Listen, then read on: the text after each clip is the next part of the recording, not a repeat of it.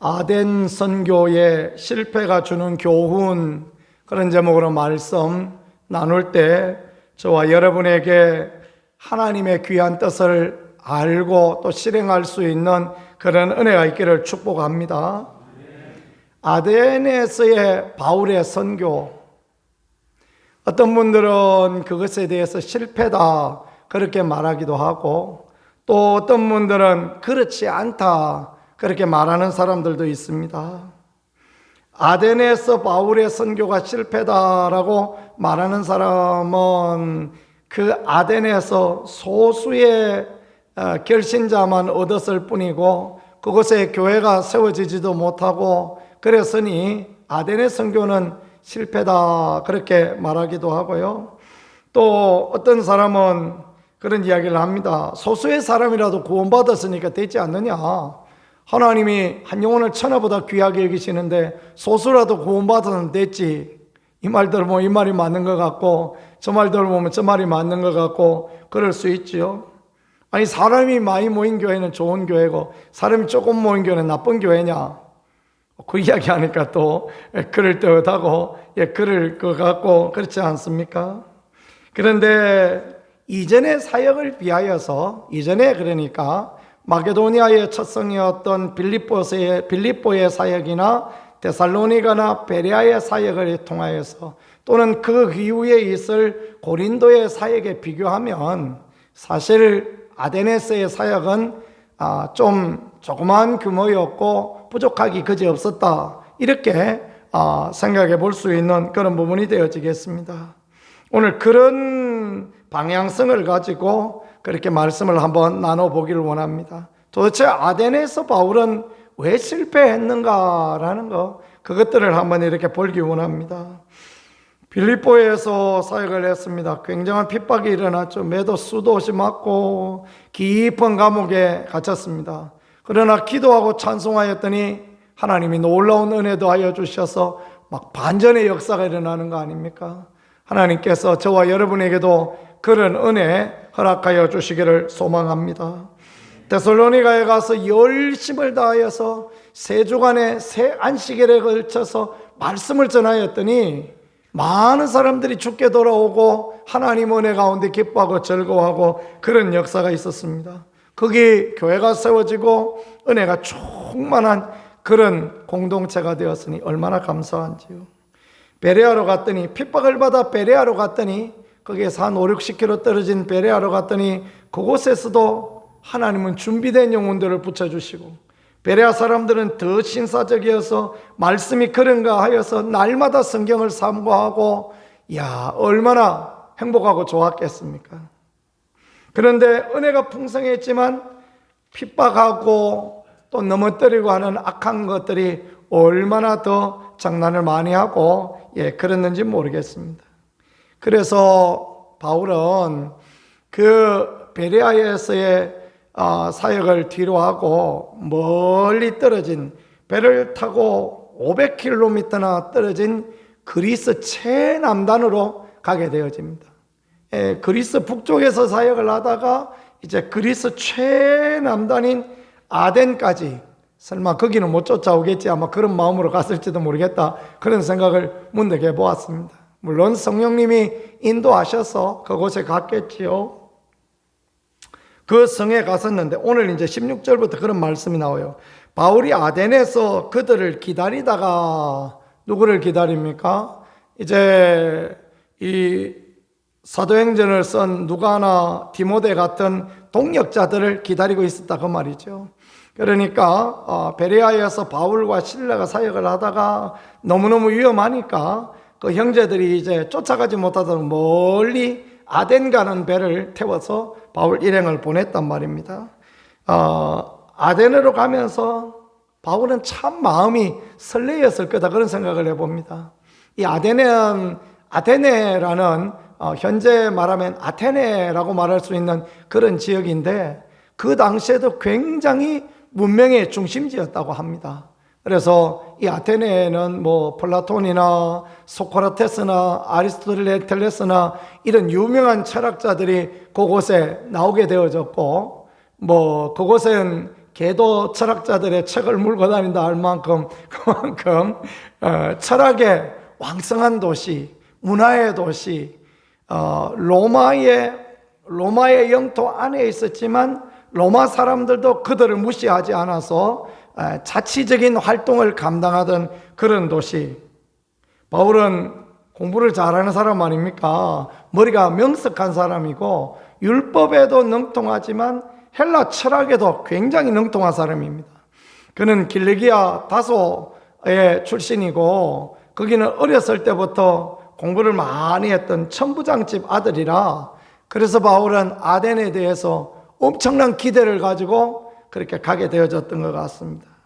그런데 아덴에 딱 가보니까 그 성에 우상이 가득한 것을 보고, 그래서 바울이 어떠냐 하면 마음에 격분하여서 그렇게 말씀하고 있어요. 우상이 가득하니까 그 성을 보니까 그 분노가 마음에 막 미칠 것 같은 분노가 그 마음 가운데 있었다라는 그런 부분을 말씀하고 있는 것입니다. 그러니까 우상이 가득하여서 이 사람들이 우상 숭배하고 이러다가 죽는데 이거 어떡하나. 복음 전하는 사람의 마음 가운데는 그런 마음이 너무너무 귀한 마음이죠. 그래서 그 사람들의 안타까운 현실을 보면서 그렇게 이제 나라도 기다리지 말고 나라도 나가서 복음을 전해야 되겠다, 그런 생각을 가졌던 것 같습니다. 이런 귀한 마음들, 하나님 이런 마음들을 참 귀하게 여기시죠. 그래서 어떻게 하느냐 하면 17절에 보니까 회당에서 유대인과 경건한 사람과 또 장태에서 날마다 만나는 사람들과 변론하니, 그렇게 말씀했어요. 이 다른 부분하고 다른 것은, 다른 데서는 계속 복음을 전하였다 그렇게 말했는데, 복음을 전하였는데 여기서는 복음만 전한 게 아니라 변론하였다 그렇게 말씀하고 있습니다. 그러니까 이 뉘앙스가 좀 다른 거예요. 그 이전에 어느 도시들에서는 바울이 복음만을 전하였습니다. 예수 그리스도께서 우리의 죄를 위하여 죽으셨고 그 예수님을 믿으면 구원받고 예수 그리스도를 믿는 사람 부활의 영광에 참여하고 다시 오실 주님을 만나게 된다. 순수한 복음만을 늘 전했단 말입니다. 그런데 이제 아덴에 가니까 생각해 보니까 아무래도 이 아덴에 왔으니까 여기는 철학으로 좀 나가야 되겠다, 그런 생각을 하게 되었던 것 같습니다. 이런 사람들이 말을 알아들으려면 이게 철학적인 이야기도 좀 하고 내가 유식한 폼도 좀 내고 영어도 좀 말하고 이래야 되지, 막 이런 사람들한테는 그냥 가서는 안 먹힌다 그런 생각을 했나. 어쨌나 변론하였다 그렇게 말씀합니다. 그래서 18절에는 에피쿠르스와 스토아 철학자들도 바울과 tranh 논하였다. 그 아덴에 있는 양대 철학의 산맥과 같은 사람, 그러니까 에피쿠르스 학파는 원래 그 쾌락을 중요시하는 그런 학파였고요, 스토아 학파는 반대로 또 영적인 면을 소중히 여기는 그런 그 지혜, 그런 것들을 이제 소중히 여기는 그런 학파였거든요. 바울과 쟁론할새 어떤 사람이 이르되 이 말쟁이가 무슨 말을 하고자 하느냐. 그럴 때 사람들의 반응이 어땠느냐. 그럴 때 빌립보에서는 저 많은 귀신 들린 여종의 입을 통하여서 위대하신 하나님의 구원을 전하는 사람이다, 그런 이야기를 하게 되었는데, 이 아덴에 갔더니 이 말쟁이가 무슨 말을 하느냐. 느낌이 많이 다르죠, 그죠? 이게 벌써 다르다라는 것입니다.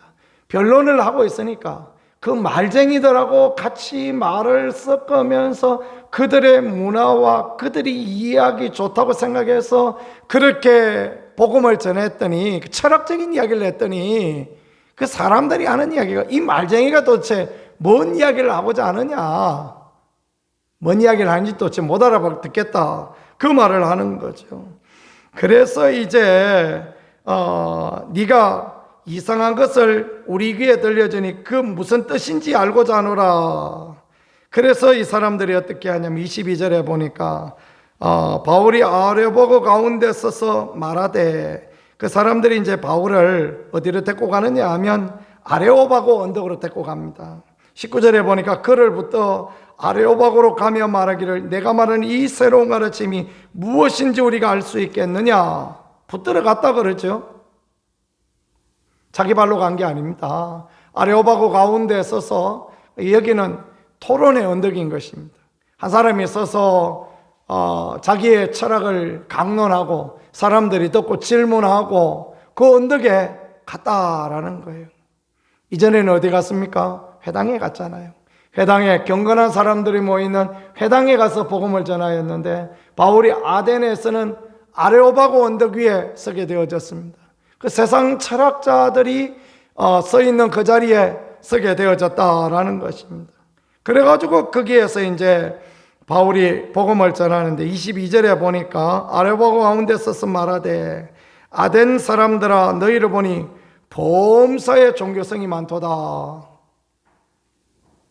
좀 전에는 막 마음이 격분되어서 어쩔 줄 몰랐는데 이제 마음을 좀 깔아앉혔습니다. 범사에 종교성이 많도다 할 이야기가 있어서 밑밥을 싹 뿌리는 거죠. 여러분 보니까 종교성이 많네요. 내가 다니다가 보니까 알지 못하는 신에게라고 새긴 제단도 보았네요. 23절에 그 말씀이 나오죠. 그 알지 못하는 신을 내가 여러분한테 오늘 가르쳐 드리려고 합니다. 그러면서 이제 복음을 전하는 것입니다. 24절에 보니까 우주와 그 가운데 있는 만물을 지으신 하나님께서는, 하나님은 어떤 하나님이냐? 천지의 주제신이 손으로 지은 전에 계시지 아니하시는 분입니다. 그렇게 말을 합니다. 이 말을 왜 하느냐 하면요, 그 아덴 지역에 어마어마하게 많은 신전들이 있었기 때문에 그렇습니다.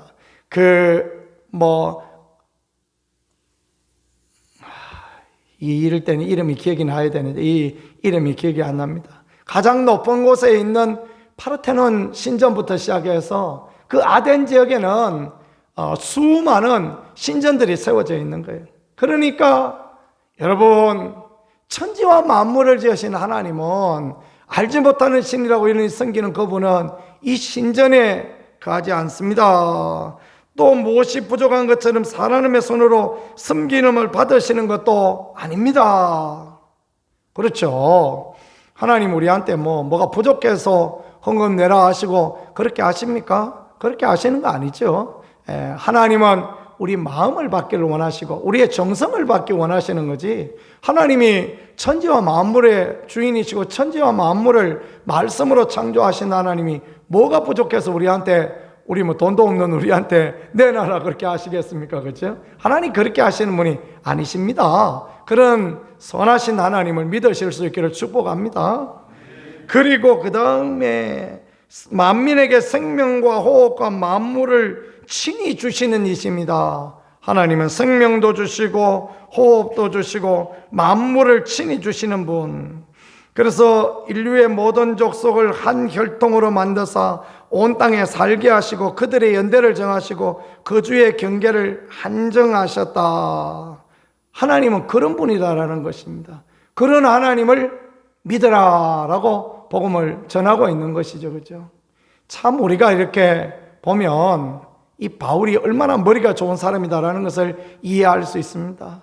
어떻게 여러 신전들, 알지 못하는 신, 그런 것을 탁 생각해가지고 갑자기 끌려갔는데도 거기서도 주눅이 하나도 안 들고 딱 자신있게 나와서, 여러분 범사에 종교성이 참 많네요. 알지 못하는 신에게라도 그런 신전도 내가 봤는데 여러분 알지 못하는 거 내가 가르쳐 드릴게요. 그 여러분이 알지 못하는 신이 하나님이십니다. 그러면서 하나님이 어떤 분이라는 거 쭉 설명하고 예수님의 복음에 대해서 설명하고, 여러분 시인 중에 우리가 그 신의 소생이 되었다라는 그런 시도 봤는데, 그렇습니다. 우리가 하나님의 아들입니다. 하나님의 자녀들입니다. 그런 이야기도 하고요. 그리고 예수님의 부활에 대해서도 말합니다. 이제 명하사 회개하라 하셨고 심판날을 작정하셨으니 그래 우리가 이제 믿음으로 살고 하나님을 믿어야 됩니다.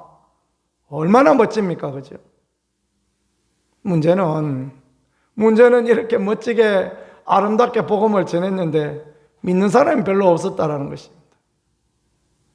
믿는 사람이 기껏해야 그 아레오바고 관리 디오누시오와 다말이라 하는 여자와 또 다른 사람들 소수의 인원이 있었다라는 그런 이야기를 하고 있는데요. 이 아덴에 교회가 세워졌다라는 그런 이야기가 역사적으로 없습니다. 그런 흔적이 없어요. 바울은 가는 곳마다 교회가 세워졌어요.